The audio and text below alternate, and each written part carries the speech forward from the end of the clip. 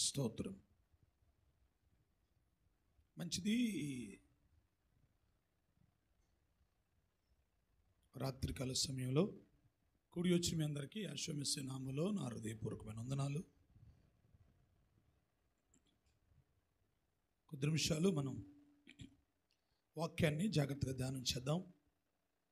పరిశుద్ధ గ్రంథంలో నుంచి అపోస్తలుడైన పౌలు కొరింథీకి రాసిన మొదటి పత్రిక, అపోస్తలుడైన పౌలు గారు కొరింథీలకు రాసిన మొదటి పత్రిక 9వ అధ్యాయం 26వ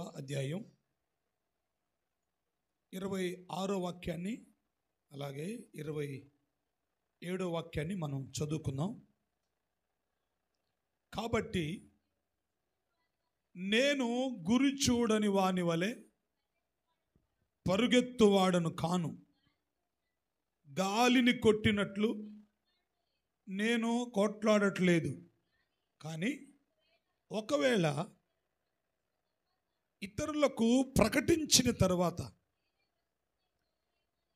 నేనే భ్రష్టుడనైపోదునేమో అని నా శరీరమును నలగొట్టి దానిని లోబరుచుకొనుచున్నాను. హల్లెలూయా.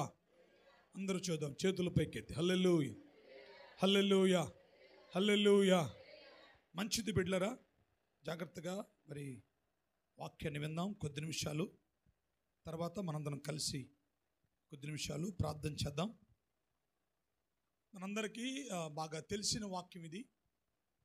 దైవజనుడైన పౌలు గారు కొరింథీ సంఘానికి ఉత్తరాన్ని రాస్తూ 9వ అధ్యాయంలో 26వ వాక్యాన్ని మనం చదివిన వాక్యంలో ఒక మాటను రాస్తున్నాడు. ఏంటి ఆ మాట అంటే, కాబట్టి నేను గురి చూడని వాని వలె పరుగెత్తువాడను కాను, కానీ గాలిని కొట్టినట్లుగా నేను పోట్లట్లేదు.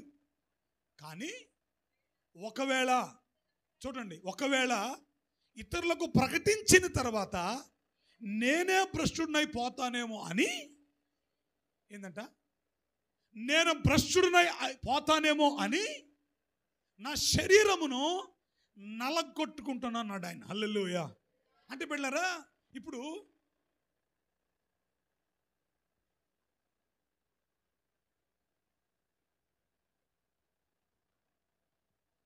పౌలు గారు చెప్పిన మాట ఏంటంటే, ఇతరులకు ప్రకటించిన తర్వాత ఒకవేళ నేను భ్రష్టుడినైపోతానేమో అని నా శరీరమును నేనేం చేస్తున్నానంట, నలగొడుతున్నాడంట ఆయన. హల్లెలూయా. ఏం చేస్తున్నాడంట? శరీరమును ఏం చేస్తున్నాడంట? నలగొట్టుకుంటున్నాడంట. ఎందుకు శరీరం నలగొడుతున్నాడు తెలుసా? ఎందుకంటే నేను భ్రష్టుడును కాకుండానట్లు, నేను భ్రష్టుడును కాకుండానట్లుగా నేను నా శరీరాన్ని ఏం చేసుకుంటున్నా? నలగొట్టుకుంటున్నాను. ఒకవేళ కనుక నేను నా శరీరాన్ని నలగొట్టుకోకపోతే, నేను తప్పకుండా భ్రష్టుడినైపోయే ప్రమాదం ఉన్నది. హల్లెలూయా. అది మళ్ళీ ఉరికిద్ది, మంచిగా పెట్టాలి. హల్లెలూయా, హల్లెలూయా.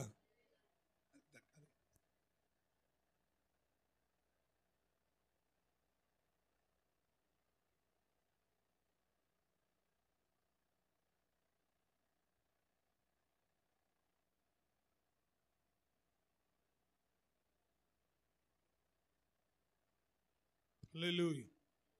చూద్దాం గట్టిగా అందరూ హల్లెలూయా, హల్లెలూయా. ఇప్పుడు శరీరాన్ని నలగొట్టుకోకపోతే నేను భ్రష్టుడిని అయిపోతా. కాబట్టి ఇప్పుడు నేను భ్రష్టుడిని కాకుండా ఉండాలంటే నా శరీరాన్ని ఏం చేసుకోవాలి? నేను నలగొట్టుకోవాలి అని దైవజనుడైన పౌలు గారు కొరింథీ సంఘంతో మాట్లాడుతున్నాడు. బిడ్డలారా, మీకు తెలిసిన విషయమే, కొరింథీ సంఘం చాలా గొప్ప సంఘం. హల్లెలూయా. చెప్పండి అందరూ, చేతుల పైకెత్తి హల్లెలూయా. కొరింథీ సంఘం చాలా గొప్ప సంఘం. అంత మాత్రమే కాదు, కొరింథీ సంఘంలో ఉన్న భ్రష్టత్వం ఏ సంఘంలో కూడా లేదు. అంటే ఒక పక్క కొరింథీ సంఘంలో ఆత్మవరాలతో నింపబడిన వ్యక్తులు ఉన్నారు, మరోపక్క కొరింథీ సంఘంలో ఎలాంటి వాళ్ళు ఉన్నారంటే భ్రష్టమైన సంతతి అంతా ఈ సంఘంలోనే ఉంది. కాబట్టి బిడ్డలారా, ఇప్పుడు అలాంటి సంఘానికి దైవజనుడు ఉత్తరాన్ని రాస్తా అంటున్నాడు, తన మీద పెట్టుకొని నేను గాలికి పోట్లాడినట్టుగా పోట్లాట్లా ఏం చేస్తానంటే ఇతరులకు ప్రకటించిన తర్వాత నేను భ్రష్టున్నైపోకుండా ఉన్నట్లుగా నా శరీరాన్ని ఏం చేస్తున్నాను, ఆయన అలగొడుతున్నాను. ఈరోజు మందిరానికి వస్తున్న చాలామంది విశ్వాసుల్లో భ్రష్టత్వం వచ్చేస్తుంది. భ్రష్టులైపోతున్నారు. ఎంతగా దిగజారిపోతున్నారంటే, ఎంతగా పాడైపోతున్నారంటే, ఎంతగా వాళ్ళ ఆధ్యాత్మిక జీవితం పతనమైపోతుందంటే అసలు చివరికి దేవుడే లేడు అనే అంత ఆధ్యాత్మిక జీవితంలో దిగజారిపోయిన వాళ్ళు ఉన్నారు. నాకు తెలుసు. దైవజనుల కుటుంబాల్లో పుట్టి కొంతకాలం అలాగ పెరిగి ఇప్పుడు అసలు దేవుడే లేడు అనేవాళ్ళు కూడా కొంతమంది ఉన్నారు. నాకు తెలుసు ఉన్నారు. ఎందుకు అట్లాగా అయిపోతున్నారు? ఒకప్పుడు యావే తండ్రి వల్ల ఎన్నో మేలులు మనం అనుభవించాం. ఒకప్పుడు యావే తండ్రి వల్ల ఎన్నో ఉపకారాలు మనం అనుభవించాం. ఒకప్పుడు యావే తండ్రి ద్వారా ఎన్నో అనుభవాలు మనకున్నాయి. మరి ఇప్పుడు చివరికి ఏమైపోతుందంటే భ్రష్టత్వానికి వచ్చేస్తున్నారు. దేవుడు లేడు, గీవుడు లేడు, ప్రార్థన వద్దు, మాకు ఏవద్దు అనే స్థితికి వచ్చేస్తున్నారు. కారణం ఏంటి తెలుసా? శరీరాన్ని నల్లగొట్టుకోకపోవటం. ఏంటది? శరీరాన్ని నల్లగొట్టుకోకపోవటం. ఇప్పుడు ఏ విశ్వాస అయితే శరీరాన్ని నల్లగొట్టుకోడో, అమ్మా నాకెళ్ళి, ఏ విశ్వాస అయితే శరీరాన్ని నల్లగొట్టుకోలేరో వాళ్ళు తప్పకుండా ఈ రోజు కాకపోతే రేపు, ఈ నెల కాకపోతే వచ్చే నెల, ఈ సంవత్సరం కాకపోతే వచ్చే సంవత్సరం తప్పకుండా భ్రష్టత్వాన్ని వాళ్ళు అనుభవిస్తారు. భ్రష్టత్వంలోకి వాళ్ళు ఖచ్చితంగా ఏం చేస్తారు? వెళ్ళిపోతారు. కారణం ఏంటంటే వీళ్ళు శరీరాన్ని నల్లగొట్టుకోరు. శరీరాన్ని ఏం చేయరు? నల్లగొట్టుకోరు. మీరు చూడండి, ఉపవాస పాత్ర అంటే ఎంతమంది వచ్చారు? ఇలా ఒక్క పురుషులు లేడు, జయరాజు గారు తప్ప. ఉన్నారు బయట పురుషులు లేరుగా, స్త్రీలు కూడా లేరు చాలామంది. అదే గృహకోడికి అనుకో, మళ్ళీ నేను అట్లా చూస్తే మీకు ఏమో కోపం వస్తుంది. అదే గృహకోడికి అయితే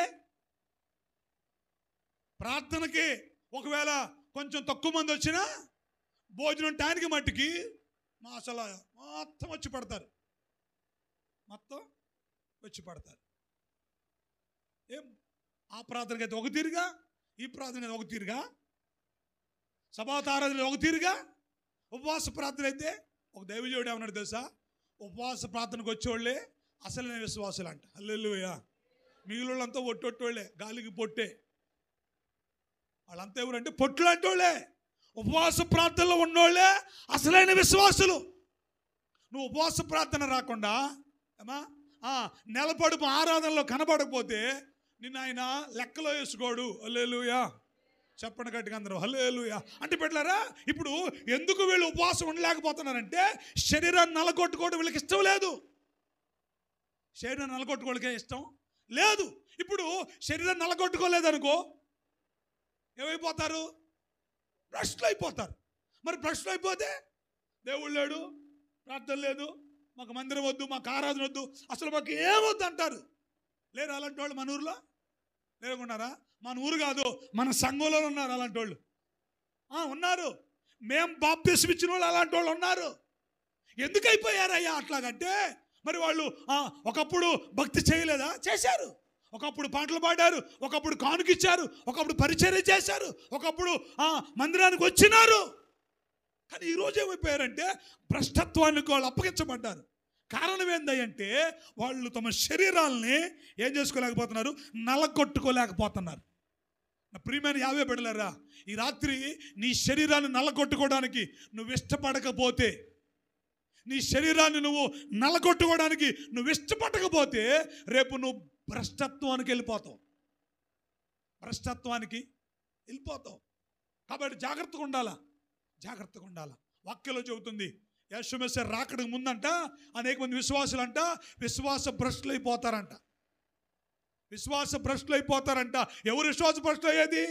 శరీరాన్ని నల్లగొట్టుకోవడం చేతకాని వాళ్ళు. కాబట్టి పెట్టారా, ఇప్పుడు దైవజనుడు అంటున్నాడు, నా శరీరాన్ని నేనేం చేస్తున్నా, నల్లగొట్టుకుంటున్నాను అన్నాడు ఆయన. హల్లెలూయా.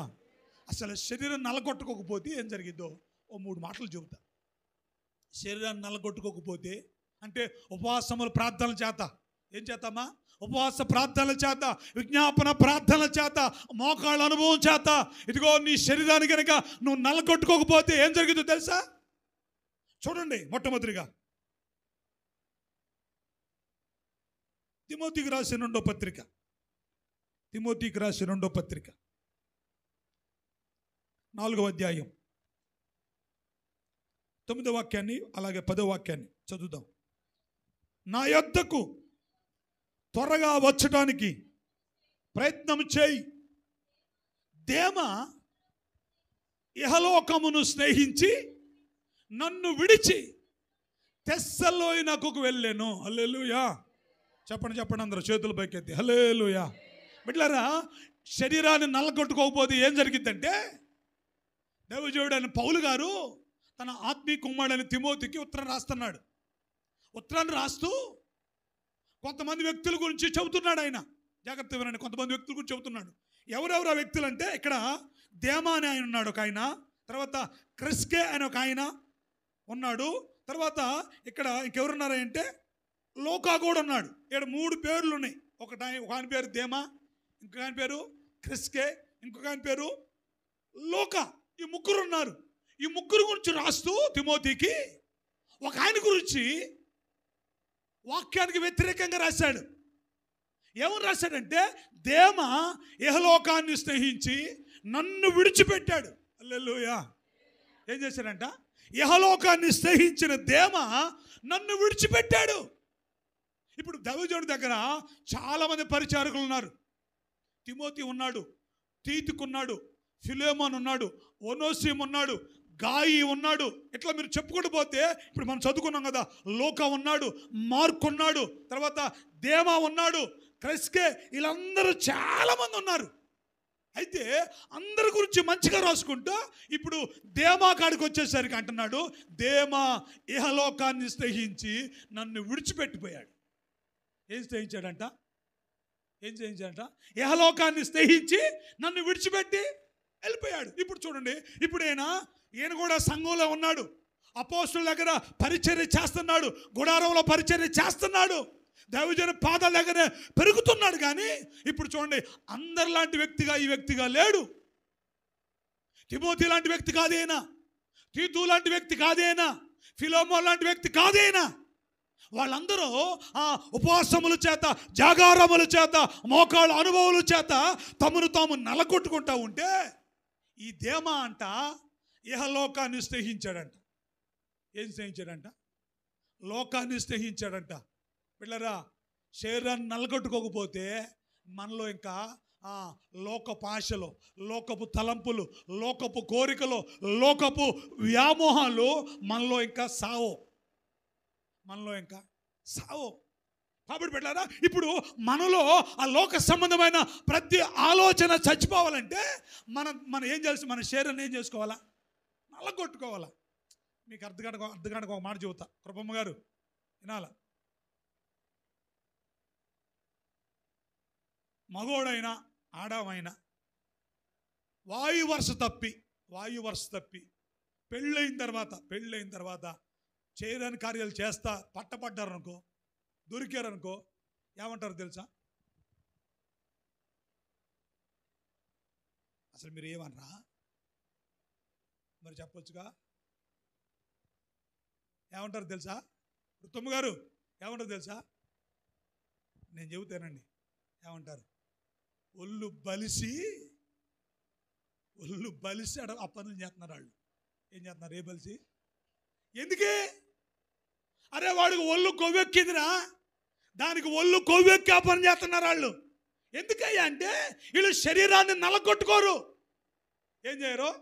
ప్రార్థనే, ఆరాధనే అన్నీ ఉంటాయి, కానీ శరీరాన్ని నలగొట్టుకోవడం ఇష్టం ఉండదు. చూడండి, ఉపవాస ప్రార్థన డేరీ ఎందుకంటే వీళ్ళకి శరీరాన్ని నలగొట్టుకోవడం ఇష్టం ఉండదు. కాబట్టి బిడ్డలారా వీళ్ళు ఏమైపోతారంటే ఈ రోజు కాకపోతే రేపన్నా భ్రష్టులు అయిపోతారు. వాక్యం చెబుతుంది.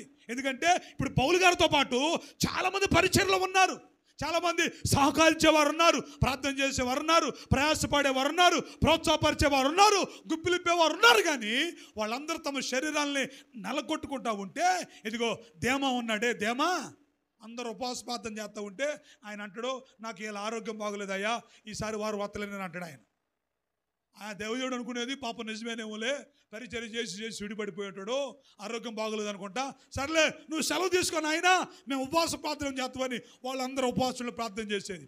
మళ్ళీ వచ్చిన ఉపవాస ప్రార్థన వచ్చింది. వచ్చిన ఉపవాస ప్రార్థన అంగల్నే ఈ మళ్ళా ప్లాన్ వేసుకుంటాడు. ఏమని ఎడ తప్పించుకోవాలా, ఏం సాగు చూపించాలా,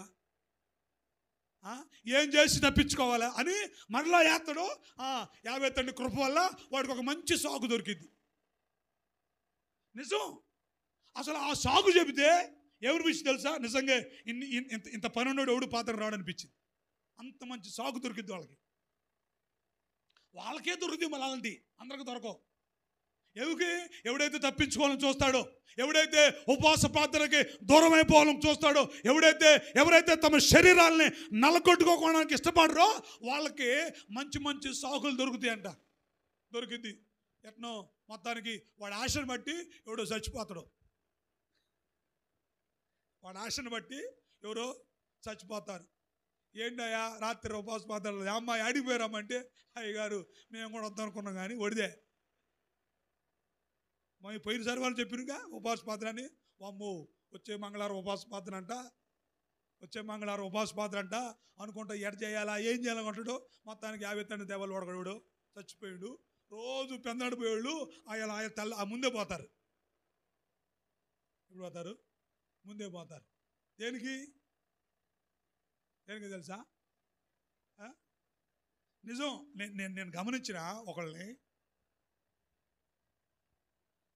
రేపు పనికి పోవచ్చు అని ఇలా ప్రార్థన కూడా చూడటానికి పోయారంట. తెల్లారి పాటికి వచ్చారు, వచ్చి పనికి పోయారు. చూడటానికి పోయారు. అంటే ఆడున్నట్టుంది. ఏది వామ్మో అందరికంటే వీళ్ళు ముందు వచ్చారు అంటే వాళ్ళు పెద్ద ఏదో వీళ్ళు నిజంగా వీళ్ళకి ఎంత ప్రేమ ఉందో మా మీద అనుకోవడానికి అనుకున్నారు. వీళ్ళు ఆడికి వెళ్ళిపోయారు. ఆ రాత్రి అంతా అక్కడ ఉన్నారు. ఒక పూట వెళ్ళిపోయింది. పొద్దున్నే వచ్చారు. అందరితో పాటు పనికి వెళ్ళిపోయారు. అంటే ఇప్పుడు దాని అర్థం చెప్పండి అమ్మా. వీళ్ళకి శరీరం నలగొట్టుకోవడం ఇష్టం లేదు. ఇప్పుడు అందరూ ఉపవాస ప్రార్థన చేస్తుంటే మనోడు ఏదేదో చేస్తాడు. చుట్టాల ఇంటికి పోవాలంటాడు ఒకరోజు, ఒక నెల ఏమో పెళ్ళి అంటాడు, ఒక నెల ఏమో సావు అంటాడు, ఒక నెల ఏమో ఒక వారం ఏమో ఇట్లా చాలా రకాలు చెప్పట్లేరా. ఇట్లా ఏమైందంటే ఇలా కాలక్రమేపడు కాలాలు గడిచే కొద్దిగా, నెలలో సంవత్సరాలు గడుస్తూ ఉన్న కొద్దిగా ఒకరోజుకి దేమ ఇహలోకాన్ని స్నేహించి దైవజనుడు పౌలు ఏం చేశాడంట, విడిచిపెట్టి లోకంతో కలిసిపోయాడంట, పాపంతో కలిసిపోయాడంట.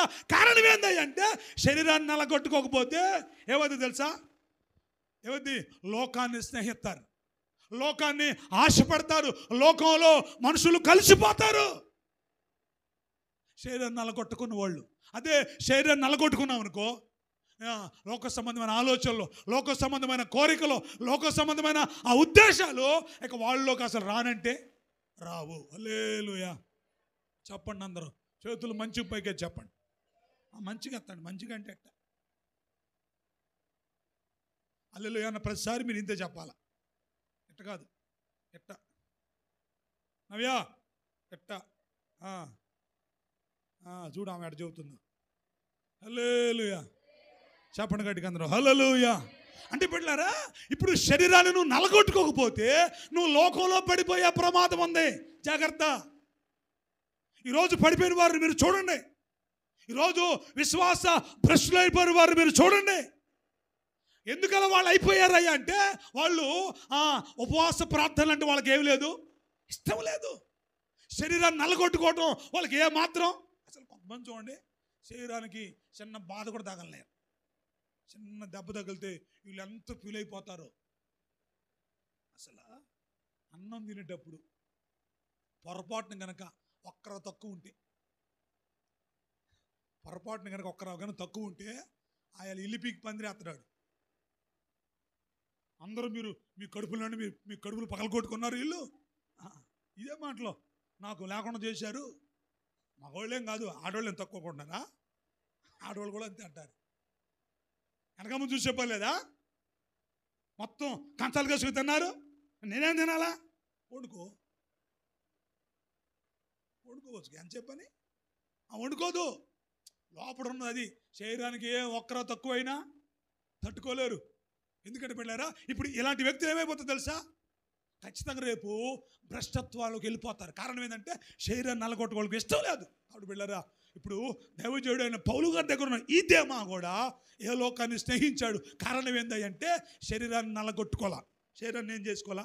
నల్లగొట్టుకోవాలా. ఇప్పుడు చెప్పండి, లోకంలో కలిసిపోతే లోకస్తులు ఎలా మాట్లాడతారో వీళ్ళు కూడా అట్లాగా మాట్లాడతారు. లోకస్తులు ఎలా తలుస్తారో వీళ్ళు కూడా అలాగనే తలుస్తారు. లోకస్తులు ఎలా ధరించుకుంటారో వీళ్ళు అలా ధరించుకుంటారు. లోకస్తులు ఏది చేస్తే వీళ్ళు అదే చేస్తారు. ఇప్పుడు మీరు చెప్పండి, మీ కుటుంబంలో లోకంలో జరుగుతున్నాయా, లోకానికి వేరుగా జరుగుతున్నాయా? మన పిల్లల కుటుంబాల్లో, మన పిల్లల జీవితాల్లో లోకంలో ఏది జరుగుతుందో అదే నెరవేర్చబడుతుందా, లేకపోతే లోకానికి వేరుగా నెరవేర్చబడుతుందా? ఏంట్రా ఆ సొక్క, ఏంట్రా పాయింట్, ఏంట్రా? అసలు ఈ మధ్య మగ పిల్లగాళ్ళు కాదు, ఆడపిల్లగాళ్ళు కూడా వేస్తున్నారు. ఏంటి జీన్ ప్యాంట్లు కాదు, కురస పాయింట్లు. మగ పిల్లగాళ్ళు కాదు, ఆడపిల్లగాళ్ళు కూడా వేస్తున్నారు కురస పాయింట్లు. ఉండేవాళ్ళు అయితే పాయింట్ మడిచి కూడా వేసుకుంటున్నారు. పాయింట్లు మడిచి లోపల పిన్నీస్ పెట్టుకొని ఎందుకు ఇన్ని బాధలు? బళ్ళో ఒక తీరుగా, ఇంట్లో ఒక తీరుగా. ఎందుకు ఇన్ని బాధలు? ఎందుకంటే లోకంలో కలిసిపోయిన బ్యాచ్ ఇది. బిడ్డలారా, మన విధులు సకల జనుల విధులకి వేరుగా ఉండాలి. హల్లెలూయా. బైబిల్లో యూదుల గురించి అదే రాయబడింది. ఇశ్రాయేలు గురించి హామాను చెబుతున్నాడు, రాజా మన జనాంగములో ఒక జాతి వారు చెదిరి ఉన్నారు. ఈ 127 దేశాల్లో కొంతమంది చెదిరిపోయి ఉన్నారు. వాళ్ళ విధులు సకల జనుల విధులు కట్ట ఉన్నాయంట, వేరుగా ఉన్నాయి. అమ్మ, వేరుగా ఉన్నాయా? మీ వాళ్ళే కాదు, మన వేరుగా ఉన్నాయా? ఉండవు. లోకం ఎట్టుంటే మనం అంతే ఉండాలి. లోక పిల్లగాళ్ళు ఎట్లా ధరించుకుంటే మనం అంతే ధరించుకోవాలా. లోకంలో ఏది చేస్తే మనం అదే చేయాలా. అట్లా అంటాడు. మళ్ళీ అంటారు, అట్లా లేకపోతే కుదరదాయి గారు అంటారు వీళ్ళు. అట్లా లేకపోతే ఇది కంప్యూటర్ కాలం, అట్లా లేకపోతే కుదరదు. సరే కుదరదులే, కానీ రేపు నువ్వు భ్రష్టురాలు అయిపోతావు, భ్రష్టుడు అయిపోతావు. ఆయన్ని విడిచిపెట్టి లోకంలో కలిసిపోతావు. ఏమా నన్ను విడిచిపెట్టాడు. ఎవరినంట? పౌల్నే విడిచిపెట్టాడంటే ఇలా మాలంటి వాళ్ళు అంత పెద్ద లెక్క. కారణం ఏంటంటే శరీరం నల్లగొట్టుకోవడానికి ఏమాత్రం ఇష్టం కూడా లేదు. శరీరాన్ని అసలు ఏ మాత్రం నల్లగొట్టుకోరు. మోకాళ్ళు ఏమంటే మోకాళ్ళు ఎత్తారా? లేరు. చేతులు పైకి ఎత్తడం కుదరదు, మోకాళ్ళు వేయటం కుదరదు. అన్ని బాధే మనకి. మోకాళ్ళు వేయటం బాధే, ప్రార్థన చేయడం బాధే, కన్నీళ్ళు కాల్చడం బాధే. మరి ఏది మనకు సంతోషం? మళ్ళీ అంటారు, వాక్యం గురించి చేస్తారు. ఏంటది? అదిగో ఎల్లప్పుడూ యావేనందు ఆనందించండి. ఫిలిప్పీ పత్రిక 4వ అధ్యాయం 4వ వాక్యం చదువుతాం. ఎల్లప్పుడూ ఆనందించండి. ఏం చేయాలంట? మరలా చెబుతున్నాను, ఆనందించండి. ఎప్పుడు ఆనందించేది? ఎప్పుడు ఆనందించేది? ఇవాళ ఏడిస్తే రేపు ఆనందం. ఇప్పుడు గర్భిణీ స్త్రీ ఉందండి, గర్భిణీ స్త్రీ ఉంది, నిండు గర్భిణి, కనుపొద్దురాలైంది. అప్పుడు నవ్వితే కుదిరిద్దా? అప్పుడు ఏం చేయాలా? నొప్పులతో ఏడవాలా, ఏడుపు, బాధ, ఆపరేషన్, కోత, కుట్లు. కొడుకో కూతురు పుట్టిందనుకో, ఆ ఆనందం వేరు. బైబిల్లో ఉంది, లోకంలో ఒకడు పుట్టగానంట ఆ బాధ అంతా మర్చిపోతారంట. హల్లెలూయా. సంతోషం. ఎప్పుడు సంతోషం అంటే ముందు బాధపడాలా, ముందు ఏం చేయాలా? వేదన పడాలా, ముందు నొప్పి పడితే ఆ తర్వాత సంతోషం. అసలు ఈరోజు నీ శరీరాన్ని నువ్వు నలగొట్టుకోకుండా, నీ శరీరాన్ని నువ్వు లోపరుచుకోకుండా, నీ శరీరం నీ మాట వినట్టుగా నువ్వు చేసుకోకపోతే రేపు తప్పకుండా దేమాలాగా నువ్వు కూడా లోకాన్ని స్నేహిస్తావు, లోక భాషల్లో పడి కొట్టుకొని పోతావు, లోకపు ఆ వ్యామోహంలో పడి ఈడ్చుకొని పోతావు. బైబిల్ బిడ్డరా చూడండి, అబ్రహాముతో పాటు ఆ లోతు భార్య లోతు చాలా కాలం ఉన్నారు, కానీ లోతు భార్యలో ఇంచ మాత్రం మార్పు రాలా. అబ్రాహాముతో పాటే ఉంది, అబ్రాహాముతో పాటు బయలుదేరారు. అబ్రాహాము సేవించే దేవుణ్ణే వీళ్ళు కూడా సేవించారు. కానీ అబ్రాహాములో ఉన్న స్వభావం ఒక్కరావు కూడా వీళ్ళకి రాలా. ఎందుకు రాలా? వీళ్ళు శరీరాలు కొట్టుకోవడానికి ఇష్టం వీళ్ళకి లేదు. అందుకని దైవజనుడు అంటున్నాడు, నా శరీరాన్ని నలగొట్టుకొని నేను దాన్ని ఏం చేసుకున్నా, లోపరుచుకుంటున్నా. అంటే దైవజనుడు శరీరం అంట తను ఏది చెబితే అదే చేస్తుందంట. దాన్ని మన రివర్స్, మనం చెప్పింది చేయడం కాదు, ఏది చెబితే అదే మనం చేస్తాం. ఆకలి అయితే తిను, తింటాం. నిద్ర అవుతుంది పడుకుంటాం. అది గుడైనా పడుకుంటాం, బడైనా పడుకుంటాం. గుడైనా పడుకుంటాం, బడైనా పడుకుంటాం. పడుకో అంటే పడుకోవడమే. అమ్మో మరి ఇది మందిలో ఎట్ట పడుకోవాలా అనిపించదు. శరీరం చెబుతుంది, శరీరం చెబుతుంది తిను, శరీరం చెబుతుంది తాగో, శరీరం చెబుతుంది కట్టుకో అంటే కట్టుకోవటమే. దైవజనుడు అంటున్నాడు, నేను దాన్ని లోపరుచుకున్నా, నేను దాన్ని ఏం చేసుకున్నా. అమ్మ మీరు చెప్పండి, మీ శరీరం దాని అంతగా అదే పోయి, మనసు చెప్పకుండా, ఆత్మ చెప్పకుండా దాని అంతగా అదే పోయి తింటదా? వేసుకొని తిందో. మనసు చెప్పాలా, ఆత్మ చెప్పాలా, ఆకలి అవుతుంది పోయి తినమని, అప్పుడు పోయింది. అంతేగాని శరీరం దాని అంతగా అదే పోదు. పోయిద్దా? అంటే ఇప్పుడు మనస్సు శరీరాన్ని స్వాధీనపరచుకోవాలా, ఆత్మ శరీరం ఏం చేసుకోవాలా, కంట్రోల్ పెట్టాలంటే నీ శరీరాన్ని ఏం చేయాలి, నలగొట్టుకోవాలా. దేమాకి అనుభవాలు లేవు, అందుకనే పరిచర్య చేయలేకపోయాడు. పరిచర్య చేద్దామని వచ్చాడు, సమర్పించుకున్నారేమో వాళ్ళ తల్లిదండ్రులు, పరిచర్యకు వాళ్ళు అప్పగించారేమో కానీ పరిచర్య చేయలేకుండా లోకంలో భ్రష్టుడైపోయాడు. కారణం ఏంటంటే శరీరాన్ని నలగొట్టుకోవటం ఇష్టం లేక. వీళ్ళరా శరీరాన్ని నలగొట్టుకోకపోతే ఏమో తెలుసా, లోకాన్ని స్నేహిస్తారు. లోకాన్ని స్నేహించి ఏం చేస్తుంది తెలుసా, లోకాశలో పడి దేవునికి దూరంగా అయిపోతారు. రెండో మాట కూడా చూడండి, న్యాయాధిపతుల గ్రంథం 16వ అధ్యాయం 1వ వాక్యాన్ని అలాగే 4వ వాక్యాన్ని చదువుకున్నాం.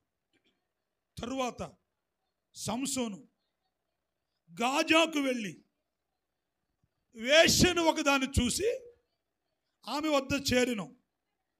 పిమ్మట అతడు షోరేకు లోయలోకి వెళ్ళి దెలీలా అనే స్త్రీని మోహించెను. హల్లెలూయా, చదువుతాం గట్టిగా అందరూ హల్లెలూయా. బిడ్డలారా, శరీరాన్ని నలగొట్టుకోకపోతే లోకాన్ని స్నేహిస్తారు, లోకంతో సహవాసం చేస్తారు, లోకంతో కలిసిపోతారు, యావే తండ్రిని విడిచిపెట్టేస్తారు. ఇలా చాలామంది అంటారు, ఏదో కారణం చెప్పారు, ఏదో కారణం చెబుతారు.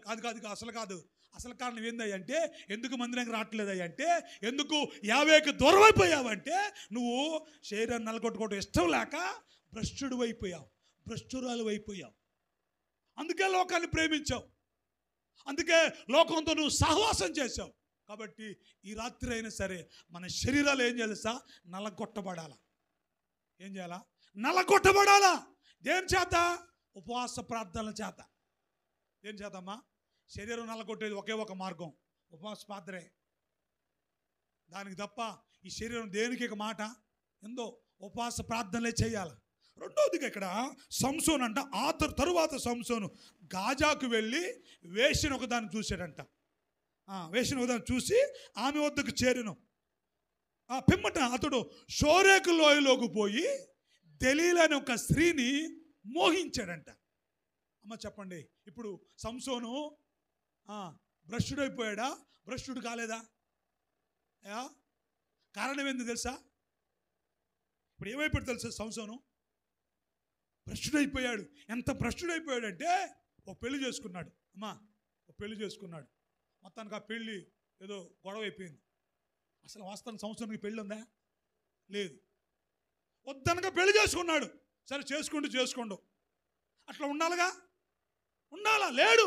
అట్లా కాకుండా ఆ పెళ్ళి ఏదో అయిపోయింది. మొత్తానికి ఆ పెళ్ళి అయిపోతే, అమ్మో నాకు అసలు పెళ్ళి లేదు, అయినా నేను బలవంతం కావాలని పెళ్లి చేసుకున్నా, అందుకే యావైతే నాకు దూరం చేసాడేమో అనుకోకుండా మళ్ళీ ఏడ దొరికిద్దా అని తిరుగుతూ ఉంటే ఏడంట ఒక వేశ్య దొరికిందంట. ఎవరు దొరికారంట? ఒక వేశ్య దొరికిందంట. దాని దగ్గర పోయిందంట కొన్ని రోజుల తర్వాత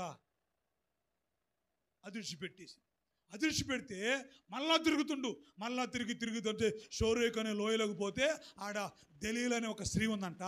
ఆమెను వాడు మోహించాడంట. ఆమెను ఏం చేశాడంట? మోహించాడంట. ఆమెను మోహించిన తర్వాత ఏం జరిగింది తెలుసా? మొత్తానికి ఫిలిష్తీయులు వచ్చి ఆమెతో, నీకు డబ్బులు ఇస్తాం, సంవత్సరం బలం ఎందులో ఉందో మాకు చెబితే మేము తలా ఒక 1000 రూపాయలు ఇస్తామని చెప్పి ఇంత బంగారం తీసుకొచ్చి పడేస్తే మొత్తానికి 2-3 సార్లు 4 సార్లు శోధించిన తర్వాత తన బలం మొత్తం సంవత్సరం ఆమెకి చెబితే ఫుల్లుగా చారా పోపించి తొడ మీద పడుకోబెట్టుకొని శుభ్రంగా బోడుకుని చేపించి ఫిలిష్తీయులకి అప్పగించింది. వీళ్ళరా ఇప్పుడు సంసోను అంతగా దిగజారిపోయాడు. కారణం తెలుసా? ఒకప్పుడు సంసోను చూస్తే అంత దూరంలో వాళ్ళందరూ గడగడగలు ఆడిపోయారు. సంసోన్ అంట పచ్చి గాడిద దవడెముకతో 1000 మంది సర్దారుల్ని చంపాడు సంసోను. ఒకరోజు సంసోన్ని ఆ ఊర్లో పడుకుంటే గేటేసి వెళ్ళిపోయారంట. తెల్లారు చంపుదో అర్ధరాత్రి చంపితే ఎవడు చూస్తాడో, పొద్దున్నే చంపితే జనమందరూ చూస్తారు అనుకొని కట్టాకు పడుకుండగా గేట్ వేద్దాం ఇంకాడికి వదలాడు అనుకొని వెళ్ళిపోయారు. గేట్ వేసి వెళ్ళిపోయారు. తెల్లజామున మెలకు వచ్చింది మనోడికి, చుట్టూ గేట్ వేసి ఉంది. ఏం చేసిండు తెలుసా? గేటుని తీసుకొని పోయి ఊరు బయట పడేసి వెళ్ళిపోయాడు. వెళ్ళిపోయాడు. వాళ్ళు తెల్లారిపాటికి కత్తులు గొడ్డలు రెడీ చేసుకున్నారు. రేపు సంవత్సరం నరకాలా, సంవత్సరం చంపాలనుకున్నారు వాళ్ళు. వచ్చి గేటు లేదు. అలాంటి సంవత్సరం అంట మేక పిల్లలాగా అయిపోయాడు. ఎట్టయిపోయాడంట? మేక పిల్ల కన్నా హీనమైపోయాడు. ఒకప్పుడు బలం, ఒకప్పుడు ధైర్యం, ఒకప్పుడు సింహాన్ని చీల్చిన చేతులవి, ఒకప్పుడు శత్రువుల్ని చన్నాడిన చేతులవి. శత్రువు తన ముందు నిలబడాలంటే గచ్చగచ్చగా ఆడిపోయారు. అలాంటి సంవత్సరం ఇప్పుడు ఒక మేక పిల్లలాగా అయిపోయాడు. కారణం ఏంటి తెలుసా? భ్రష్టుడైపోయాడు. కారణం ఏంటంటే శరీరాన్ని ఏం చేయాలా? నలగొట్టుకోవాలా. శరీరాన్ని ఏం చేయాలా? నలగొట్టుకోవాలా. అసలు సంవత్సరం ఎందుకు పుట్టాడు తెలుసా? 13వ అధ్యాయం 5వ వాక్యం చదవండి. 13వ అధ్యాయం 5వ వాక్యం త్వరగా చదువుదాం. నీవు గర్భవతి అయి ఓ కుమారుని కంటావు, అతని తల మీద మంగళకత్తి వేయొద్దు. ఆ బిడ్డ అయ్యో ఏంటి మాట మీరు జాగ్రత్తగా, గర్భమున పుట్టినది మొదలుకొని యావేకి నాజీరు చేయబడిన వాడై అదిగో ఫిలిష్తీయుల చేతిలో నుండి ఇశ్రాయేలీయులను రక్షిస్తాడు. హల్లెలూయా. తల్లిదండ్రులు చాలా కాలంగా పిల్లలు లేకపోతే ప్రార్థన చేసుకున్నారు. ఒక కొడుకుని అడిగారు. మొత్తానికి 50 వాళ్ళ ప్రార్థన ఆలకించి ఒక కొడుకుని ఇచ్చాడు. ఆ కొడుకుని ఇవ్వడం కంటే ముందుగా చెప్పాడు, అమ్మా మీ ప్రార్థనలు ఆలకించబడ్డాయి, మీ గర్భాలు తెరవబడుతున్నాయి, మీకు ఒక కొడుకు పుడతాడు, ఆయన సంవత్సరాన్ని పేరు మీరు పెట్టండి అని చెప్పి, ఇదిగో అతడు ఈ పని చేయాలా, ద్రాక్షరసం తాగకూడదు, మద్యపానం కూడా చేయకూడదు, తల మీద మంగళకత్తి రానియకూడదు, అతడు నాజీరు చేయబడ్డాళ్ళు, ఆడు తినకూడదు, నువ్వు కూడా తినకూడదు అని చెప్పి అంటుంది. ఆ దూత చెబుతుంది, ఫిలిష్తీయుల చేతుల్లో నుండి ఇశ్రాయేలును రక్షించేది ఎవరయ్య అంటే సంసోన్. ఇప్పుడు సంసోన్ ఎందుకు పుట్టాడు? అమ్మా రక్షకుడుగా పుట్టాడు. ఇశ్రాయేలుని తన ప్రజల్ని కాపాడటానికి దేవుడు పుట్టించిన ఒక వరం సంసోన్. ఒక మాట చెప్పాలంటే ఫిలిష్తీయుల చేతుల్లో నుంచి ఇశ్రాయేలు రక్షించడానికి పుట్టాడు. కానీ బిడ్డారా, శరీరాన్ని నల్లగొట్టుకోవడం చేత కాక భ్రష్టుడు అయిపోయాడు. భ్రష్టు అయిపోయాడు. ఏమైంది తెలుసా? తన ద్వారా జరగవలసిన కార్యాలన్నీ ఆగిపోయాయి. తన ద్వారా 50 ప్రణాళికలు జరగాలి. సంవత్సరం ద్వారా సంవత్సరం పట్ల 50 కొన్ని ఉద్దేశాలు ఉన్నాయి. సంవత్సరం పట్ల 50 కొన్ని ప్రణాళికలు ఉన్నాయి. అవన్నీ ఆగిపోయాయి. అవన్నీ ఏం చేశాయి? ఆగిపోయాయి. కారణం ఏందనుకుంటున్నారు? శరీరాన్ని నల్లగొట్టుకోవటం చేతకాల. వీళ్ళరా సంవత్సరం పట్లే కాదు, వాక్యం చెప్పే నా పట్ల, వాక్యం వినే నీ పట్ల, మనందరి పట్ల కూడా 50 గొప్ప ప్రణాళికలు ఉన్నాయి. హల్లెలూయా. ఆశ్చర్యకరమైన ప్రణాళికలు ఉన్నాయి. ఆయన అన్నాడు, మీ తలంపుల కంటే నా తలంపులు, మీ మార్గాల కంటే నా మార్గాలు ఎంతో ఉన్నతమైనవి, ఎంతో ఘనమైనవి అయితే ఈరోజు మన పట్ల యావే తండ్రి ప్రణాళిక జరగకుండా, మన పట్ల యావే తండ్రి ఉద్దేశాలు నెరవేర్చబడకుండా, మన పట్ల యావే తండ్రి కొన్ని తలంపులు జరగకుండా అపవాది ఏం చేస్తాం తెలుసా? ఏం చేస్తాం తెలుసా? మన శరీరాన్ని మనం ఏం చేయని ఇట్లా నల్లగొట్టుకోనికుండా చేస్తాడు. నల్లగొట్టుకోనికుండా చేస్తాడు. ఏం పోతావులే, పొద్దాల పనికి పోయొచ్చును, నాటుకు పోయొచ్చును, పత్తికి పోయొచ్చును, రాత్రి సందాలకు పోయిను, మళ్ళీ పగులు పత్తికి పోయిను, పగులు నాటుకు పోయిను, మళ్ళా రాత్రి పాత్రం పోవాలా అనిపిస్తే నిజమేగా అనిపించింది. ఇలా రానోళ్ళకి అదే అనిపించింది. ఏమనిపించింది? శరీరం చెప్పింది. అంటే బిడ్డలారా, నల్లగొట్టుకోవటం ఇష్టం లేదు వాళ్ళకి. సంసోనికి ఇష్టం లేదు. భార్య పోయింది, అక్కడికి వెళ్ళిపోయాడు. ఆమె అయిపోయింది, అక్కడికి వెళ్ళిపోయాడు. ఇన్నిసార్లు అడుగుతుంది, నీ బలం ఎక్కడో చెప్పవా, నీ బలం ఎక్కడో చెప్పంటే, అమ్మో ఇదేంది అసలు, నా బలం అడుగుతుంది ఏంది, నేను ఎందుకు పుట్టా, నా పట్ల యాభై తండ్రికున్న ఉద్దేశాలు ఏంటి, నా పట్ల యాభై తండ్రికున్న ప్రణాళిక ఏమైనా అని ఏ రోజన్నా ఆలోచించాడా? ఆలోచించలా. పిల్లరా, ఇగో ఈ పాపంలో పడిన వాళ్ళకి, లేకపోతే ఈ లోకం ప్రేమలు ఉంటాయి కదా, ఈ లోక ప్రేమల్లో పడ్డోడికి, లోకంలో పాపంలో పడ్డోడికి తల్లి గురించి, తండ్రి గురించి, భార్య గురించి, భర్త గురించి, పిల్లగాళ్ళ గురించి ఉండవు. వాళ్ళ సోకులే వాళ్ళకి, వాళ్ళ సమ్మడమే వాళ్ళకి సరిపోద్ది. నిజం. ఏం పట్టించుకోరు. ఏమి పిల్లగాళ్ళు తింటున్నారా తింటలేదా పట్టించుకోరు. భార్య తింటుందా తింటలేదా పట్టించుకోరు. భర్త జాగ్రత్తగా ఉంటున్నాడు ఉంటున్నాడు. కొంతమంది భార్యలు కూడా అంతే. వీళ్ళు పాపంలో పడిపోతారు, వీళ్ళు లోకంలో ఉంటారు, కుటుంబాన్ని విడిచిపెడతారు. కుటుంబంలో ఉంటారు, వండుతూనే ఉంటారు. కానీ కుటుంబం కన్నా బయట వాళ్ళ మీదనే ఎక్కువ ప్రేమ, మమకారం, ఆప్యాయత. కుటుంబం ఉండదు, భర్త మీద భార్య మీద ఉండదు. పిల్లగాళ్ళని చూస్తే వాళ్ళకి రసాలు చూసేటే ఉండదు వాళ్ళకి. కానీ పిల్లగాళ్ళని చూసే ఎట్ట దగ్గర అంటారా? మీరు చూడలేదా? ఇప్పుడు టీవీలో చూడలేదా? ఇద్దరు పిల్లగాళ్ళని బయలు నెట్టి ఎవరితో వెళ్ళిపోయిందంట ఒకటి. ఇద్దరు పిల్లగాళ్ళని బయలు నెట్టి మన అమ్మగారు చెబుతుండే, అన్న వాళ్ళని నెట్టాలా, ఇది వాడు దూకితే పిల్లగాళ్ళు పశ్చాత్త బతికోడేగా. ఎవడో ఒకటి నాలంటి వాడు చేర తీసుకొని తల్లిదండ్రులు చచ్చిపోయారు, తల్లి చచ్చిపోయిందిలే ఆయన 4 ముద్ద పోలేసి, ఏమా కనీసం ఇంగ్లీష్ మీడియం కాకపోయినా తెలుగు మీడియం చదివించి నిలబెడతారు. ఎవడో ఒకడు అది చచ్చి వాళ్ళని బతికితే అంత బాగుండేది. వాళ్ళని బయలు నెట్టి అంటే సొంత కన్న పిల్లలు కూడా వీళ్ళకి ప్రేమ లేదు. ఎందుకో తెలుసా? ఎందుకు ఉన్నారు? ఎందుకు? లోక ప్రేమ, లోకపు ఆశలు, లోకపు కోరికలు, లోకపు తలంపులు, లోకపు ఆలోచనలు. నిజం. ఈరోజు ప్రపంచంలో సెల్ ఫోన్ చేస్తే చాలు, టీవీ ఆన్ చేస్తే ఇదే వార్తలో. పరాయి పురుషుడు వ్యామోహంలో పడి భర్తను చంపిన భార్య,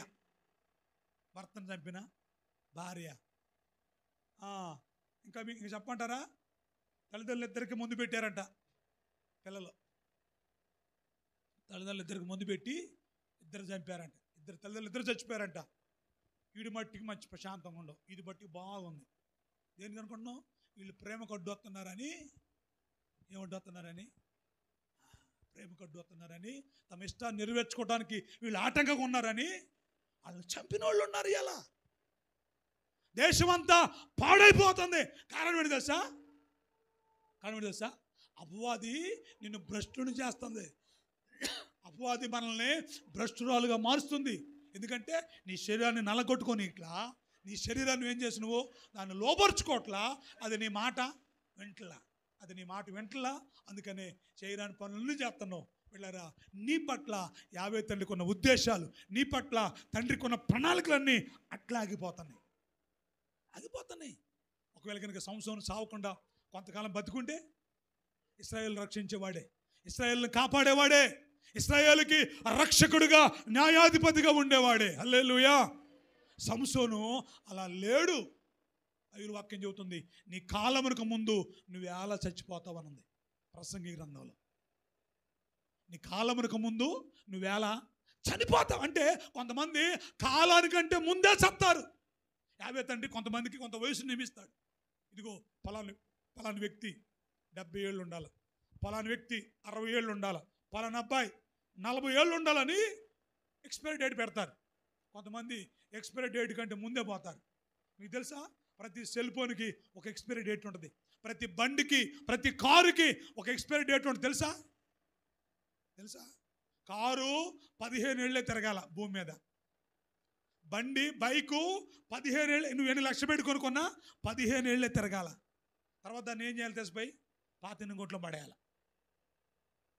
అలాంటి బండ్లు 15 ఏళ్ళు కాకముందే ఆయన గుద్ది ఆ చెట్టును గుద్ది ఈ పుల్లుకు తాగుతుడు, ఆ చెట్టు గుద్దుతురు, ఈ చెట్టు గుద్దుతురు, ఆ పోసును గుద్దుతురు. 15 ఏళ్ళు ఉండాల్సిన బండ్లు 4 ఏళ్ళకి తుక్కు అయిపోతాయి. నిజం. ఇప్పుడు నాకన్నా చాలా వెనక కొంతమంది బండ్లు, ఆ బండి నా బండి పోల్చుకుంటే అట్లుండే బండ్లు. ఎందుకు అంటే నియమించబడిన కాలం కన్నా ముందే పాడైపోతున్నాయి. పిల్లరా, యావే తండ్రి కూడా మన పట్ల చాలా ఆలోచనలు కలిగి ఉన్నాడు. మన పట్ల కొన్ని తలంపులైనా కలిగి ఉన్నాడు. మన పట్ల కొన్ని ప్రణాళికలైనా కలిగి ఉన్నాడు. అవి మధ్యలోనే ఆగిపోతాయి. నువ్వు నీ శరీరాన్ని నల్లగొట్టుకోకపోతే, నీ శరీరాన్ని నువ్వు లోపరుచుకోకపోతే అవి అట్లాగే ఆగిపోతాయి. ఈరోజు చాలామంది చూడండి, తల్లిదండ్రులు పిల్లల పట్ల ఎన్ని ఉద్దేశాలు కలిగి ఉంటారో, తల్లిదండ్రులు పిల్లల పట్ల ఎన్ని ఆలోచనలు కలిగి ఉంటారో అవి నెరవేరట్లా చాలామంది కుటుంబాల్లో. తల్లిదండ్రుల ఆశలన్నీ ఆవిరైపోతున్నాయి, తల్లిదండ్రుల ఆశలన్నీ నీరైపోతున్నాయి. ఎందుకు తెలుసా? ఎందుకే? వీళ్ళు శరీరాన్ని నల్లగొట్టుకోరు, వాళ్ళ ఆలోచన చేయాలనుకుంటారు, వాళ్ళకి ఏది నచ్చితే అదే చేద్దాం అనుకుంటారు, వాళ్ళకి ఏది తోస్తే అదే చేద్దామని వాళ్ళు అనుకుంటారు. అందుకని వాళ్ళ కుటుంబాలు మొత్తం, వాళ్ళ తల్లిదండ్రులు మొత్తం ఏం చేస్తుంటారు? కాబట్టి శరీరాన్ని నల్లగొట్టుకోకపోతే నీ పట్ల నా పట్ల దేవుని ప్రణాళికలో ఆగిపోతాయి, దేవుని ఉద్దేశాలు ఆగిపోతాయి. అంటే మనల్ని బట్టి దేవుడు తన కార్యాలని ఆపేస్తాడంతే. అమ్మా విన్నారా? ఏం చేస్తాడు? యావే తండ్రి తన కార్యాలను మన కొరకు ఏం చేస్తాడు? ఆయన ఆపేస్తాడు, ఆపుతాడు, జరగనీయడు. ఎందుకని? మనం మన శరీరాన్ని ఏం చేసుకోవట్లా? నల్లగొట్టుకోవట్లా. అందుకనే దైవజనుడు అంటున్నాడు, నా శరీరాన్ని నల్లగొట్టి దాన్ని ఏం చేసుకుంటున్నా? లోపరుచుకోకపోతే, నల్లగొట్టుకోకపోతే ఒకటి లోకాన్ని స్నేహిస్తారు, యావే తండ్రిని విడిచిపెట్టేస్తారు. రెండోదిగా శరీరం నల్లగొట్టుకోకపోతే పాపంలో పడిపోతారు. మన పట్ల జరగవలసిన యావే తండ్రి కార్యాలు, యావే తండ్రి చిత్తం, యావే తండ్రి ప్రణాళికలో ఆగిపోతాయి. మూడో మాట కూడా చూడండి, సమూయేలు రెండవ గ్రంథం త్వరగా చదువుదాం. సమూయేలు రెండవ గ్రంథం 1వ అధ్యాయం 6వ వాక్యం నుంచి 10వ వాక్యం వరకు త్వరగా చదవాలి. సమూయేలు రెండవ గ్రంథం 1వ అధ్యాయం 6వ వాక్యం నుంచి. గిల్బోవ పర్వతమునకు నీకు అకస్మాత్తుగా వచ్చినప్పుడు సౌలు తన ఏటి మీద ఆనుకొని ఉండెను. అతడు రథములను రౌతులను తన వెనుక వెంట వచ్చుట తగులట్టుకు చూచి వెనక తిరిగి ఉన్న నన్ను కనుగొని నన్ను పిలిచెను. అందుకు చిత్తము నా ఏలిన వాడా అని నేను అంటిని. నీ ఎవడవని అతడు నన్ను అడుగగా నేను అమాలయకుడిని చెప్పి తిని.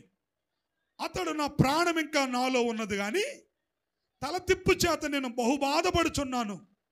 నీవు నా దగ్గర నిలవబడి నన్ను చంపుమని సెలవీగా ఇలాగు పడిన తర్వాత అతడు బ్రతకడని నేను నిశ్చయించుకొని అతని దగ్గర నిలబడి అతనిని చంపి తిని. హల్లెలూయా చెప్పండి అందరూ, చేతుల పైకెత్తి హల్లెలూయా. వెళ్ళారా? జాగ్రత్త అండి. శరీరాన్ని నల్లగొట్టుకోకపోతే జరిగే మూడో నష్టం ఏంటంటే, ఒకరోజు సౌలు చనిపోయిన తర్వాత దావీదు రాజు అయ్యాడు. దావీదు రాజు అయిన తర్వాత ఒక ఆయన పరుగెత్తుకుంటూ వచ్చాడు. అప్పుడు రాజు కాలేదు, ఇక దావీదు ఊరికి వెళ్ళాడు. ఊర్లోకి వెళ్ళి ఇక నేనే రాజును అనుకున్నాడు. అలా అనుకున్న సమయంలో ఒక ఆయన పరుగెత్తుకుంటూ వచ్చి అయ్యా అన్నాడు. అరే యాడ నుంచి వచ్చావు నువ్వు అన్నాడు. నేనా యుద్ధంలోంచి వచ్చాను అన్నాడు. అవునా? ఏంటంటే సౌలు చచ్చిపోయింది అయ్యా అన్నాడు. నీకెక్కడ తెలుసు సౌలు చచ్చిపోయినంటే, నేను పోయేసరికి గిల్బోవ పర్వతం మీద సౌలు తన కత్తి మీద పడి ఉన్నాడు కాబట్టి ఆయన తలతిప్పు చేత బాధపడుతున్నాడు. ఆ టైంలో అట్టాగా బతకడు కాబట్టి ఆయన అన్నాడు, రే నీ ఎవడు అని అడిగినంట. నేను అమాలేకుడిని అన్నంట. అమ్మా ఏమనంటమ్మా? నేను అమాలేకుడిని అన్నంట. అయితే అన్నాడంట, నేను ఎట్టా బతకనేక నన్ను చంపు అన్నాడంట. వీడు కొనుక్కున్నంట, ఎట్టాక వీడు బతకడేక అని చంపిండంట. ఎవరు చంపింది? అమాలేకుడు సౌలుని చంపాడు. ఎందుకు చంపాడు తెలుసా? అమాలేకుడు సౌల్ని. ఒకప్పుడు యావే తండ్రి అన్నాడు, సౌలా, అమాలేకులు నా ప్రజలకు చేసింది నాకు జ్ఞాపకమే, నాకు జ్ఞాపకం ఉంది. ఇశ్రాయేలు ఐగుప్తులోంచి కానానుకి వెళ్తూ ఉంటే మధ్యలో అమాలేకులు నా పిల్లగాళ్ళు అడ్డుపడ్డారు. నా పిల్లగాళ్ళని వాళ్ళు ఇబ్బంది పెట్టారు. నా పిల్లగాళ్ళని వాళ్ళు దూషించారు. నా పిల్లగాళ్ళ మీద వాళ్ళు తిరుగుబాటు చేశారు. కాబట్టి ఇప్పుడు రాజ్యం మన చేతిలోకి వచ్చింది. హల్లెలూయా. అప్పుడు ఏం చేయాలా? అమాలేకులందరినీ నిర్మూలన చేయి. వాక్యం మాట, పిల్లల్ని కానీ, స్త్రీలను కానీ, పురుషులను కానీ, పశువులను కానీ ఏమనకుండా సమస్తం నిర్మూలన చేయమని చెప్పి పంపిస్తే యుద్ధానికి వెళ్ళంట కొంతమందిని బతకనిచ్చిండు ఆయన గారు. కొన్ని పశువులు బతకనిచ్చిండు, కొంతమంది మనుషులను కూడా బతకనిచ్చిండు. లేకపోతే అమాలేకులు ఎక్కడ ఉండవు? ఆ రోజు సౌలు చంపితే వీడు బతుకుంటాడా? అమ్మా బతుకుంటాడు. ఇప్పుడు గిల్బోపురం మీద సౌలు తన కత్తి మీద తను పడ్డాడు. ఒక లీడాడు లేడు అనుకో, ఎవడో ఒకడో ఆ మూలుగులని, ఆ కేకలిని ఏమంటాడు, అరాడు ఎవడో మూలుగుతున్నాడని దగ్గరకు వస్తారుగా. వస్తారా? ఇప్పుడు బండి యాక్సిడెంట్ అయ్యి ఆ రోడ్డు మీద పడిందండి. వాడు పోయి బండి రోడ్డు మీద ఉంది, వాడు పోయి ఆ సైడ్ కాల్లో పడ్డు అని మూలుగుతుండు. ఏం లెక్క? నేను ఇక్కడే కూర్చున్నా. ఆడ రేగు గంప ఉంది, వాళ్ళు కంపల్సరీగా ఆడేశారు. నేను బయటకు శుక్రవారం నైట్ బయట కూర్చున్నా. ప్రార్థన అయిపోయిన తర్వాత సెల్ ఆన్ చేసి చూస్తున్నా. బండి పోయినట్టు పోయింది, నేను చూడలేదు. నేను సెల్ చూసుకున్నా. ఆ కంపలో పడ్డా. అయ్యగారు నేను బయట ఉన్నగా, అయ్యగారు కంపలో పడ్డా. అయ్యగారు కొత్తగా అసలు ఉలుకులేదు కొలుగులేదు. మన ఎంపర్లు ఆడ పార్కలు ఆడుతున్నాడు. ఆ ముళ్ళలు అన్ని ముళ్ళే, తొడుగు కరతమ్మ కంప ఉంది, రేగు కంప ఉంది. నేను ఈ టైంలో ఏంది జరజరలు ఆడుతున్నాను. ఈ టైంలో ఏడైంది జరజరలు ఆడ చూస్తే అంటుండవు. అన్ని ముళ్ళే. మూలుగుతుంటే ఎవడో ఒకటి తీసుకొచ్చి ఒడ్డుని ఎత్తరగా. అదే ఆ సౌలు అమాలేకుని నిలబడితే ఆయన అడిగి, అరే నువ్వు ఎవడు అంటే అమాలేకుని అండు. అమ్మో, అమాలేకుల చేత నేను చావకూడదు అనుకున్నాడా? అనుకోవాలా? అరే నేను బాధపడుతున్నా, నా తల తిరిగిపోతుంది, నేను ఇక బతకను కాబట్టి నన్ను చంపరంటే వాడు అనుకోండి ఎట్టక జాతరేక గటకే అని ఆడిపోయి చెప్పింది. బిడ్డారా వినండి జాగ్రత్తగా. అమాలేకులను చంపకపోతే అమాలేకులు మనం చంపేస్తారు. ఏమైంది? అమాలేకులు మనం చంపకపోతే అదే అమాలేకులు మనం ఏం చేస్తారు? చంపేస్తారు. అమాలేకులు అంటే ఎవరు తెలుసా? శరీర సంబంధులు. అమాలేకులు ఎవరంటే ఎవరు? శరీర సంబంధులు. అందుకనే నీ శరీరాన్ని కనుక నువ్వు నల్లగొట్టుకోకపోతే ఆ శరీరమే నిన్ను చంపింది.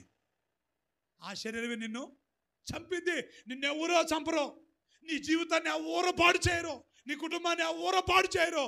నీ కుటుంబాన్ని నీ చేతులారా నువ్వే పాడు చేసుకుంటావు. నీ భవిష్యత్తుని నీ చేతులారా నువ్వే పాడు చేసుకుంటావు అంటారుగా. ఆ నెత్తిన వాడు నీళ్ళు పోసుకోండి. దాని నెత్తిన దాని సంసారాన్ని అదే ఆర్చుకోండి.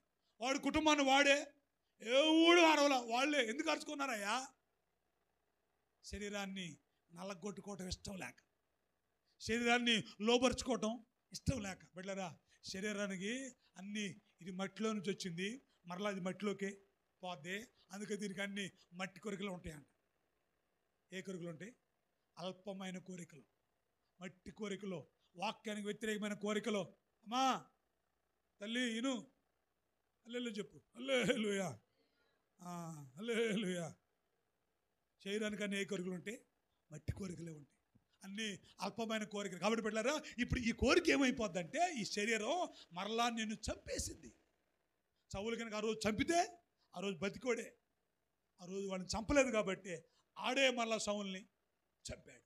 కాబట్టి పెట్టారా, ప్రార్థనల చేత, ఉపవాసముల చేత, జాగారముల చేత నీ శరీరానికి నువ్వు నల్లగొట్టుకోకపోతే ఇదే శరీరం, నువ్వు ఏ శరీరాన్ని పొంచి పోషిస్తున్నావో, ఏ శరీరాన్ని సుఖపెడుతున్నావో, ఏ శరీరాన్ని అలంకరించుకుంటున్నావో, ఏ శరీరానికి అందమైన వాటి నువ్వు ధరింపు చేసుకుంటున్నావో అదే శరీరం నేనేం చేసి తెలుసా?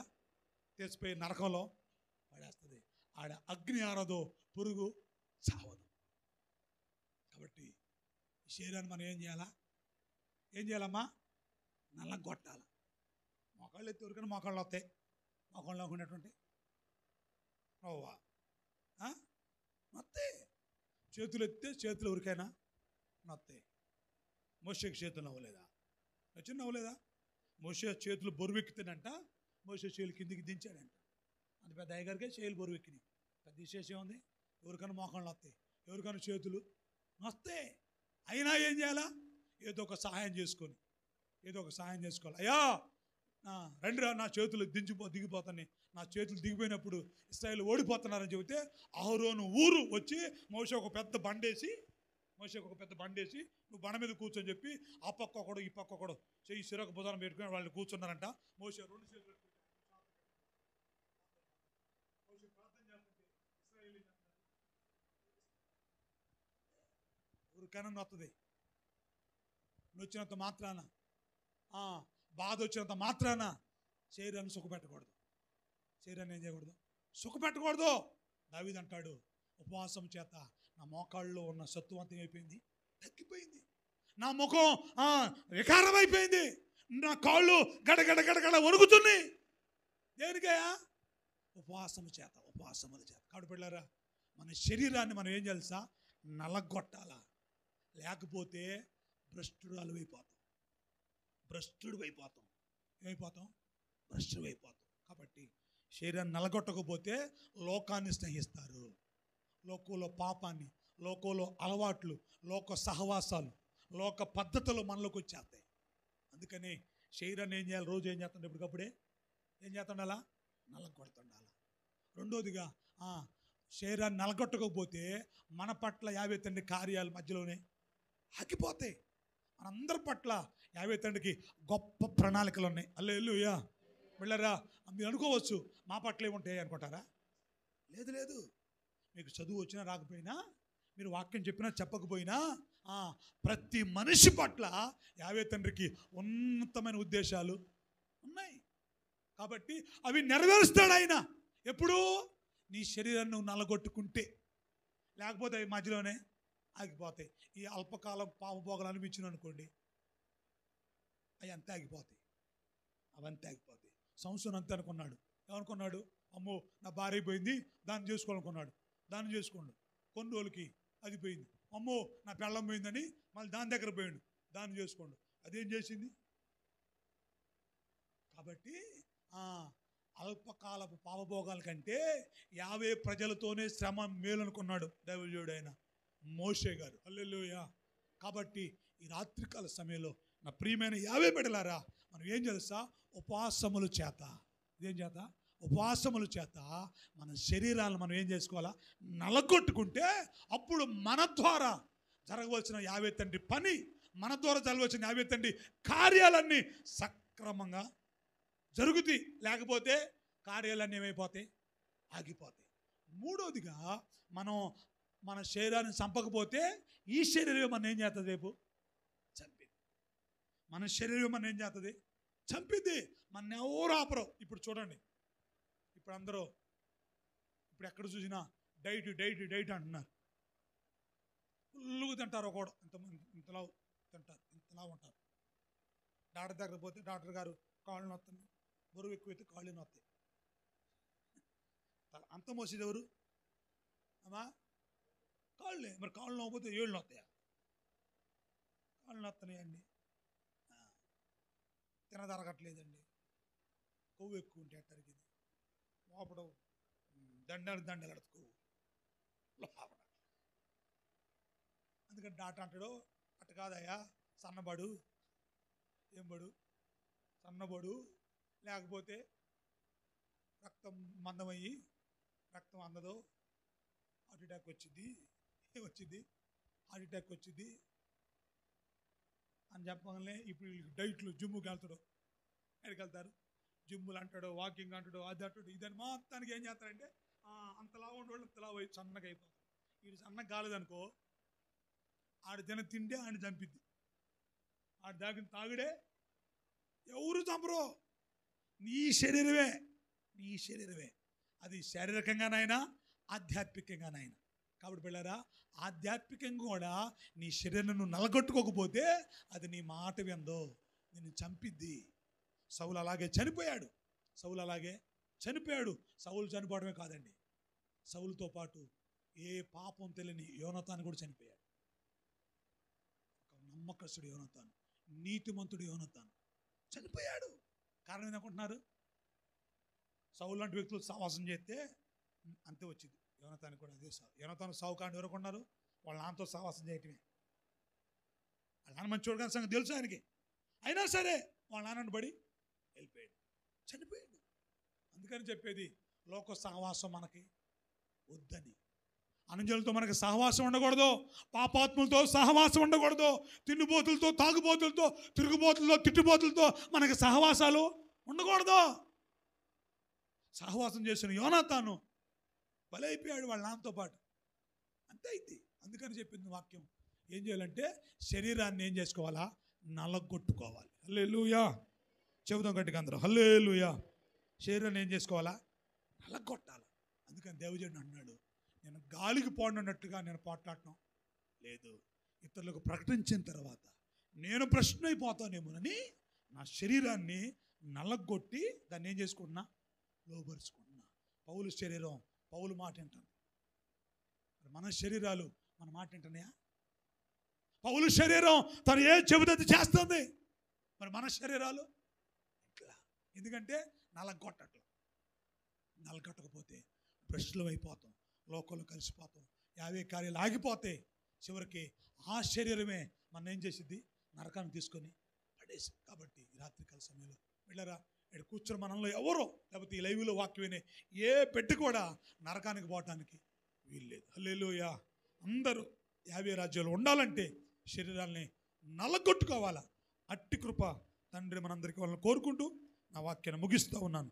యావే తండ్రి తన మాటలు దీవించి ఆశీర్వదించును గాక. అందరూ తల వంచండి, కళ్ళు మూసుకోండి, ప్రార్థన చేసుకుందాం. అందరూ మోకరిద్దాం.